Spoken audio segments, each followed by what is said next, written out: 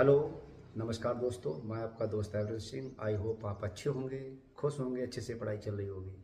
दोस्तों, आज हम बात करते हैं करंट अफेयर्स से कि करंट अफेयर्स हमें कितना पढ़ना है, कहाँ से पढ़ना है और करंट अफेयर्स का कितना बड़ा रोल है हमारी चयन परीक्षा में। तो दोस्तों, आपको ध्यान रखना है कि करंट अफेयर्स चाहे आर ओ की परीक्षा हो, चाहे UPPCS हो, इसमें बहुत मुख्य रोल अदा करता है, क्योंकि बगैर करंट अफेयर्स के हमारा स्कोर बहुत अच्छा नहीं हो पाएगा और संभव है कि हम प्री पास ही ना कर पाएँ। अब इस चीज़ को ध्यान में रखते हुए हमें करंट अफेयर्स को किस तरीके से पढ़ना है और कैसे पढ़ना है। तो अभी हम देखते हैं कि परीक्षा के लिए काफ़ी समय है, क्योंकि जुलाई 17 जुलाई को पेपर है। तो हमें क्या ध्यान रखना है कि करंट अफेयर्स को जनवरी से शुरुआत करनी है। जनवरी, फरवरी, मार्च, अप्रैल, मई, जून, जुलाई, अगर 7 महीने लगभग हो रहे हैं तो 7 महीने को करंट अफेयर्स हमें बहुत अच्छे से पढ़ना है। आप लोगों ने देखा होगा कि 2024 में जो पेपर आया था PCS का, वो करंट अफेयर्स से एक अलग ही हटके आया था। आप उम्मीद ही नहीं कर सकते कि हमने जो पढ़ा है वो ही सीधे सीधे हम क्वेश्चन का आंसर लगा लेंगे। एक आध क्वेश्चन ऐसा आया था जिसका सीधा सीधा आंसर लग रहा था, बाकी इतना टफ आया था कि हम सोचें कि इसको अब ऐसे ही पढ़ के बहुत हल्के में लेके हम पास कर लेंगे करंट अफेयर्स का सेक्शन, तो वो अब संभव नहीं है। इसलिए हमें चीज़ों को बहुत अच्छे से देखना है, उन पर नज़र रखनी है, उनका फैक्ट भी हमें देखना, क्योंकि उसने फैक्ट बहुत पूछे थे। डेट पूछनी सीधे सीधे कि किस डेट को लागू हुआ, किस डेट को चीज़ें लागू हुई थी, या फिर ये जो वैज्ञानिक घटनाएं थी उनको कब लागू करा गया था। तो आपको बड़ा ध्यान देना है कि अगर हम किसी फैक्ट को पढ़ रहे हैं तो सबसे पहले उसकी डेट बहुत ध्यान देनी है। जैसे अभी हम एक छोटे से कार्यक्रम को ले लें, 26 जनवरी से 26 जनवरी हमारा जो कार्यक्रम परेड हुई थी, तो ये बहुत बड़ा कार्यक्रम है। इसमें ध्यान नहीं रखना है कि इस कार्यक्रम को जब परेड हुई थी तो हमारा मुख्य अतिथि देश कौन थे, या देश के कौन राष्ट्रपति हमारे मुख्य अतिथि थे। तो उसमें हमें ये सोचना है कि इंडोनेशिया के राष्ट्रपति थे जिनका नाम है पिरबोबो पिरबोबो सुबियातो। तो एक तो ये हमारे लिए बहुत आवश्यक हो जाता है। फिर परेड की थीम क्या थी, तो परेड की थीम थी स्वर्णिम भारत, विरासत और विकास। ये बहुत इंपॉर्टेंट है। और उसमें उस थीम के साथ हमें देखना है कि उस थीम के साथ साथ है कि बिरसा मुंडा के 150वें जन्म वर्ष और संविधान लागू होने के 75 वर्षों के समर्पित झांकियां विशेष रूप से शामिल थी। ये बहुत इंपॉर्टेंट हो जाता है। पहली तीनों सेनाओं की, अब एक और इम्पोर्टेंट इसमें फैक्ट हो जाता है कि पहली बार तीनों सेनाओं की संयुक्त झांकी सशक्त और सुरक्षित भारत थी, जिसमें संयुक्त ऑपरेशन रूम को दिखाया गया। ये बहुत ही इम्पोर्टेंट हो जाता है कि एक एक करके कौन कौन चीज़ों को ऐसे करके हमें देखना है। अब हम अगर बहुत ज़्यादा अच्छे से नहीं देखेंगे तो हमारा क्वेश्चन गलत हो जाएगा। ठीक है, एक चीज़ ये हो। और फिर हम देखते हैं दूसरा कि अभी ये कार्यक्रम हुआ था हमारे उत्तर प्रदेश सरकार और भारत सरकार का संयुक्त महाकुंभ। तो इस महाकुंभ को हमें बहुत ही बारीकी से, इसकी अगर कहीं हमें कहीं पे भी अगर पढ़ रहे हैं तो बड़ा लाइन टू लाइन हमें ध्यान रखना है कि इनमें कौन कौन चीज़ें आवश्यक थी, ये कार्यक्रम कितने दिन तक चला। तो इसके लिए आपको ध्यान रखना है कि ये कार्यक्रम जो महाकुंभ का हुआ था, इसको किस दिन से शुरुआत हुई, तो 13 जनवरी को शुरू हुआ था। ये विश्व का सबसे बड़ा धार्मिक आयोजन था, इसमें लाखों श्रद्धालुओं ने भाग लिया था। और इसमें ध्यान रखना है कि महाकुंभ को सबसे पहले किसने प्रमोट करा था, तो आपको ध्यान रखना है कि संभवतः 8वीं शताब्दी के आदि शंकराचार्य ने महाकुंभ को बहुत ही ज़्यादा इसको सहयोग दिया था। और 7वीं शताब्दी में चीनी यात्री हेन सांग इसमें शामिल हुए थे। तब से लेकर अब तक, और इसका जो आयोजन का मुख्य कारण था, इसका ये था कि सभी जो लोग होते हैं, संत और विचारक, वो सभी लोग एक जगह इकट्ठे हों, अपने अपने विचार व्यक्त करें। तो ये इसलिए परंपरा पड़ी थी। और आपने हर्षवर्धन को सुना होगा, हर्षवर्धन ने वो दान करते थे, तो इसलिए ये बड़ा पॉपुलर होता चला गया। फिर इसमें एक चीज़ जो कि आती है कि इसका एक विशेष उत्सव के रूप में क्यों मनाया गया, क्योंकि ये कहा गया कि पुराणों के अनुसार कि 144 साल के बाद ऐसा सहयोग आ रहा है, तो इसलिए इसकी ज़्यादा प्रसिद्धि हुई, क्योंकि 144 साल बहुत होते हैं। लोगों ने इसको कहा कि हम इससे अमृत स्नान करेंगे, और ये इंपॉर्टेंट हो जाता है। फिर साथ ही ये हो जाता है कि ये कितने दिन चला था, लगभग ये 45 दिन तक चला था। और दूसरी चीज़ आपको ध्यान रखना है कि उसमें एक भगदड़ हुई थी, जो बहुत बड़ी घटना थी। सरकार ने उसको बताया कि उसमें एक जांच दलीय समिति गठित की गई थी, उसकी अध्यक्षता करते न्यायमूर्ति श्री हर्ष कुमार जी ने उसकी अध्यक्षता करी है। अभी जांच चल रही है, तो आपको ये भी ध्यान रखना है।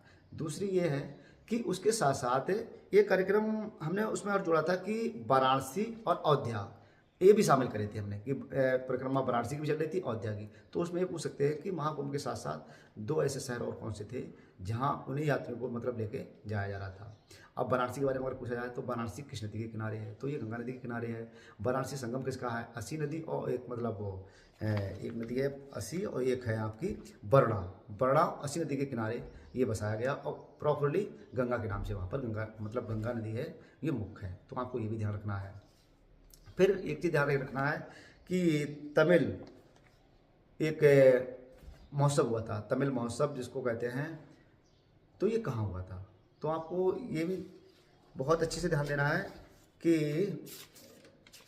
अभी देखते हैं हाँ, काशी तमिल महोत्सव ये भी वाराणसी में हुआ था। ये बहुत इंपॉर्टेंट है कि काशी तमिल महोत्सव कहाँ हुआ था। अब फिर आपको ध्यान देना है कि आदि महोत्सव का आयोजन क्या होता है। तो आदि महोत्सव में ये यहाँ पर कन्फ्यूज करने के लिए कोई ना कोई पूर्वोत्तर राज्य जरूर देंगे। तो आपको ध्यान रखना है कि पूर्वोत्तर राज्यों की तरफ नहीं जाना है, क्योंकि आदि महोत्सव जो आपका हुआ था वो दिल्ली में हुआ था और इसकी अध्यक्षता यानी कि उद्घाटन किसने करा था, द्रौपदी मुर्मू जी ने, जो कि हमारी माननीय राष्ट्रपति जी। तो ये बहुत इंपॉर्टेंट है हमारे लिए फैक्ट। फिर अगला फैक्ट आता है कि उत्तराखंड ने अभी यूसीसी लागू करा है।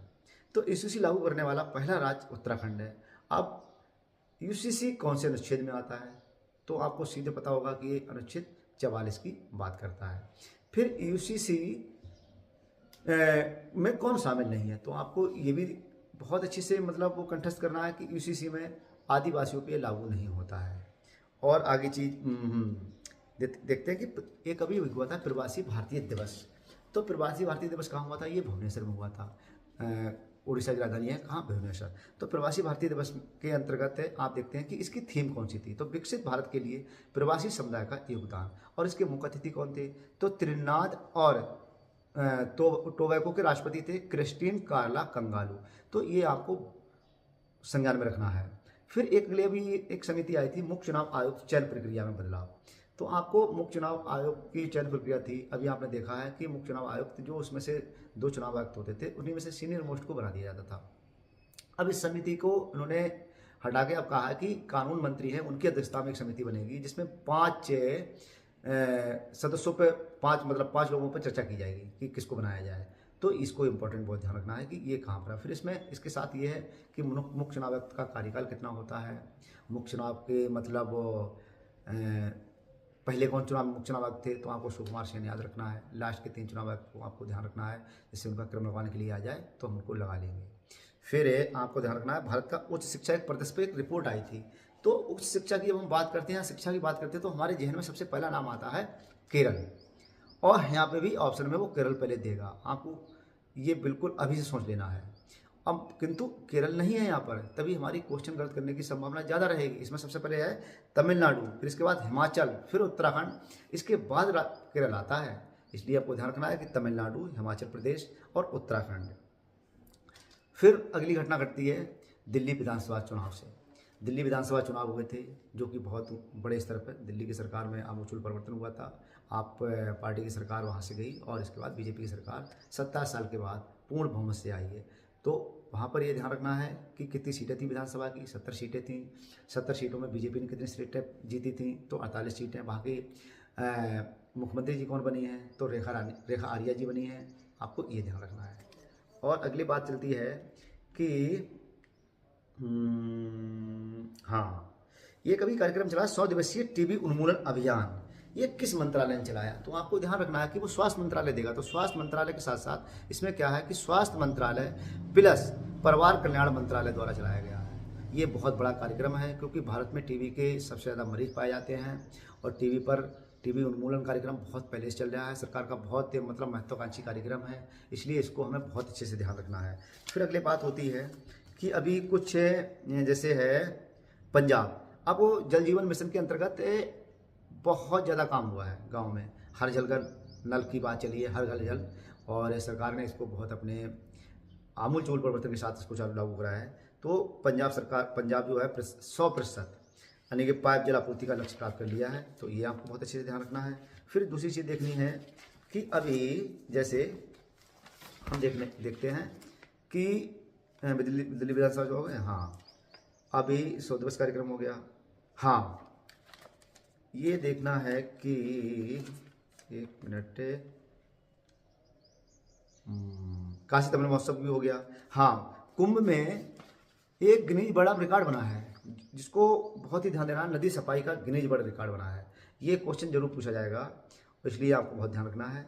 और इसमें लगभग 15,000 प्रतिभागियों ने हिस्सा लिया था और ये बहुत ही बड़ा कार्यक्रम था। फिर अब बात आती है कि हम अपने करंट अफेयर्स को जब पढ़ रहे हैं तो इसमें जैसे मान लो यूपी कर मतलब वो है परीक्षा है, तो यूपी से कितने क्वेश्चन आते हैं। दोस्तों मैंने देखा है कि पीसीएस में तो यूपी स्पेशल से कुछ ज़्यादा नहीं पूछा गया है, मगर हाँ 2011 का अगर वो 11 फरवरी 2024 का अगर पेपर देखते हैं, जिसको कैंसिल करा गया, आउट हुआ था, उसमें उत्तर प्रदेश से कई मतलब यूपी स्पेशल से कई घटनाएं ऐसी आई थी कि क्वेश्चन थे। जैसे इमली, शहीद इमली वाला ये वो था, तो उसको देखते हुए हमें लगता है कि यहाँ पर यूपी स्पेशल जरूर पूछे। और यूपी स्पेशल पूछने का मतलब है कि हमें यूपी स्पेशल को बहुत अच्छे से पढ़ना है, चाहे आप किसी किताब को फॉलो करें। बात करते हैं कि अभी जो घटनाएं घटी हैं वो, और चीज़ों को पहले से ही, जैसे यहाँ पर शुरू में कोई किताब होती है, इसमें इंडेक्स होता है उत्तर प्रदेश के बारे में स्पेशल होता है। जैसे मान लो यहाँ पर कुछ संस्थान हैं, उनकी स्थापना, और कौन कौन सी मतलब वो, जैसे प्लास्टिक सिटी है, टॉनिक सिटी है, इससे क्वेश्चन पूछे जाते हैं।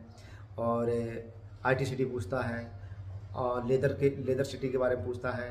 तो उत्तर प्रदेश में संबंधित आपको चैप्टर वाइज अच्छे से पढ़ना है। वहाँ के नृत्य आते हैं, लोक नृत्य कौन से हैं, जनजातियाँ यहाँ की कौन सी हैं, तो इन जनजातियों को बहुत अच्छे से ध्यान रखना है। फिर इसके बाद हाईवेज बने हैं, तो हाईवेज कहाँ से होकर गुजर रहे हैं, उनको ध्यान देना है। और फिर अभी कोई डिफेंस से संबंधित अगर कोई मतलब सेमिनार हुई है, या फिर अभी बहुत ज़्यादा चर्चे में रहा है कानपुर, जहाँ पर मतलब आयुध से संबंधित बहुत मतलब चीज़ें कृत की गई हैं, तो इसको ध्यान में रखना है। और फिर लोकसभा चुनाव हुए थे, तो लोकसभा चुनाव में उत्तर प्रदेश की भूमिका और क्या क्या यहाँ पर हुआ था। इसके बाद अभी जो बजट जारी हुआ उत्तर प्रदेश का, तो हम किन योजनाओं पर, किन परियोजनाओं पर बहुत ज़्यादा खर्च किया जा रहा है, तो इन चीज़ों को बहुत अच्छे से बारीकी से ध्यान रखना है। और राज्यों की अभी जब वो बात चलेगी, तो किन राज्यों ने क्या क्या करा है, कौन कौन किस किस प्रोजेक्ट चल रहे हैं, कौन कौन राज्य अग्रणी उसमें जा रहे हैं, इंडेक्स में कौन कौन से आ रहे हैं। फिर अभी ये एसआर की रिपोर्ट आई है शिक्षा से परिदृश्य से संबंधित, तो उस पर भी ध्यान देना है कि शिक्षा में कौन कौन सबसे अच्छा काम कर रहा है, और हायर एजुकेशन में कौन सबसे अच्छे काम कर रहा है। तो हमें चीज़ों को, फिर इंडेक्स अभी आएंगे, अभी कुछ आ भी गई हैं। तो अभी हमने देखा कि खुशहाली में हमने अपने काफ़ी सुधार करा है, तो इसलिए इंडेक्स को बड़ा ध्यान रखना है। और इंडेक्स के साथ साथ हमें ये नहीं सोचना है कि हम इकट्ठा कर लेंगे। इकट्ठा कर लोगे तो आपको बहुत बोझ लगेगा, इसलिए प्लीज़ जितना होता जाए उतना करते जाइए। अगले चैप्टर में हम आपको बताएंगे कि कौन कौन से पॉलिटी में बहुत ही ज़्यादा इंपॉर्टेंट है। आपको पॉलिटी बहुत ज़्यादा नहीं पढ़नी है, मगर उसमें ये देखना है कि अगर हम इन चैप्टर को पूरा कर लेंगे तो हमारा आउटपुट बहुत अच्छा आएगा। बस ये तैयारी है, एक स्ट्रेटजी तैयारी है। इसमें अगर आपने स्ट्रेटजी अच्छे से कर ली तो आपकी तैयारी काफ़ी हद तक अच्छी हो जाएगी। ज़्यादा पढ़ने से अच्छा है कि जितना हम पढ़ रहे हैं उसमें हम गलत नहीं करेंगे। उसमें अगर क्वेश्चन किसी भी तरीके से हमसे पूछा जाता है और तो हम उसको जरूर कर लेंगे, क्योंकि क्वेश्चन क्या होता है कि हम पढ़े हुए थे, मगर क्वेश्चन को इस तरीके से मतलब वहाँ पर वो बनाते हैं कि हम सोचते हैं कि यार गलत होने की संभावना ज़्यादा हो जाती है। तो इसलिए किसी भी तरीके से क्वेश्चन आए, PYQ आप देखते रहिएगा कि क्वेश्चन किस तरीके से पूछा है।